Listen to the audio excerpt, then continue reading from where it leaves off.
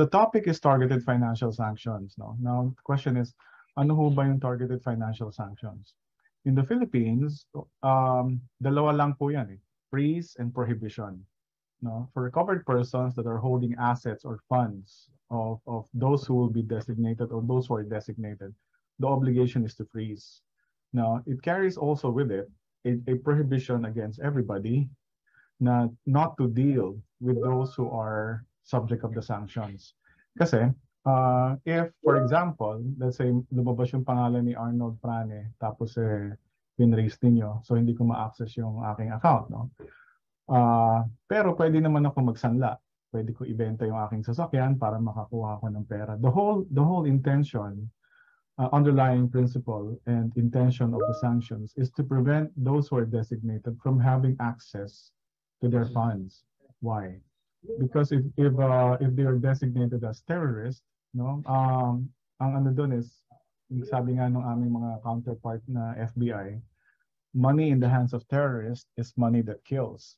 So if they would be prevented from having access to the funds, then it follows.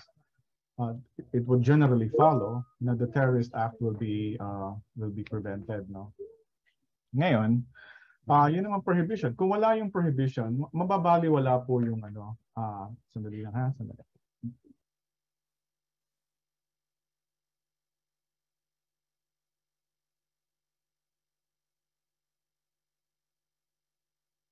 Okay, sorry about that.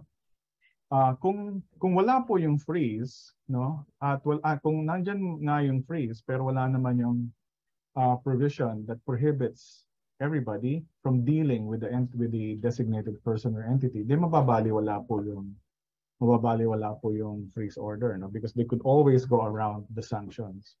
Now, the sanctions in this case are those issued by the United Nations Security Council, pursuant to Chapter 7 of the UN Charter. Now, bakit po Chapter 7? Because Chapter 7 of the UN Charter is the power of the Security Council in relation to the maintenance of international peace and security. Dati, ang mga tinatarget lang ng sanctions are countries. No? Ngayon, hindi na. Pati individuals. In the case of the Al-Qaeda, Taliban, and ISIL. No? Diba? Kasi United Nations nga. Diba? So dapat mga countries yung mga kasama. But it has evolved through time because there are those individuals or groups who, because of their actions, are threatening international peace and security just like terrorism. Okay. Next slide. Now, dapat, for an effective implementation of the UN sanctions, there must be a legal basis domestically. No? Kasi, hindi naman yan pwede na, sinabi ng UN, gagawin na ninyo. Di ba? In the case of the Philippines, dapat meron tayong enabling law. I remember, nung pong dinadraft namin yung terrorism financing law for submission to Congress, merong ano doon na may question yung isang kasama namin na paano i-implement yung UN sanctions.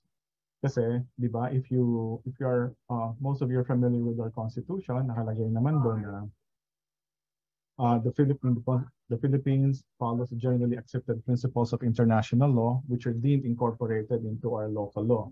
Basically, sinasabi po noon is, whatever it is in the international law, no, considered na pasok dito sa atin. Pero hindi ho ganun eh. In most instances, in the case of the Philippines, for example, there must be an enabling law to implement that international law.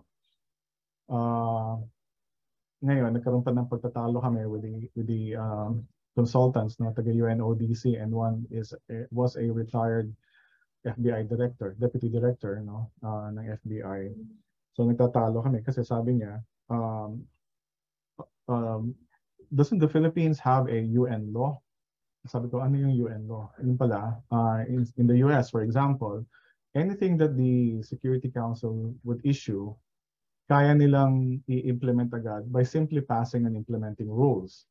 Sabi ko, meron siguro kami noon. Nakipagtalo pa ako ng matindi, no? Ng bonggang-bongga kasi ang yabang ko pa. Sabi ko na, hindi, Philippines, isa kami sa mga nauna sa UN eh. Maaari bang wala kami niyan? And true enough, nung nag-research kami, wala nga pala talaga tayo, no? So what is the result of that discussion? This provision under the TF Law 10168, which was adopted in Section 36 of the Anti-Terrorism Act. Ngayon, pag binasa niyo yan, makikita niyo, okay, that the authorities in the Philippines and the courts have the power to freeze, the AMLC and also the courts, pursuant to an investigation or upon request by the Anti-Terrorism Council. However, yung pong mga powers na yon, yung to freeze, no, limitado po yun for 20 days and then 6 months.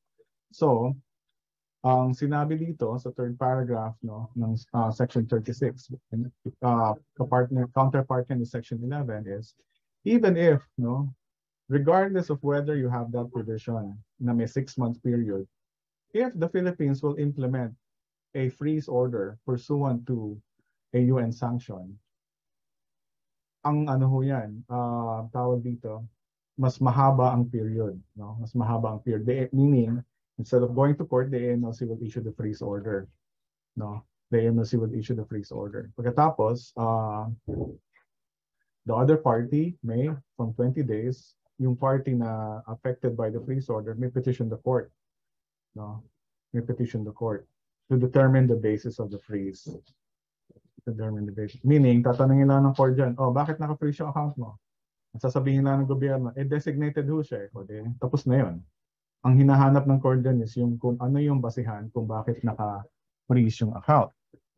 Kaya ang remedy po dyan, as we will be talking about later on, hindi, kapag naka-freeze ang asset because of the designation, ang remedy dyan is hindi magpa-lift. Ang remedy dyan is magpatanggal from the designation. Kasi yun ang basis kung bakit naka-freeze ang account. Okay.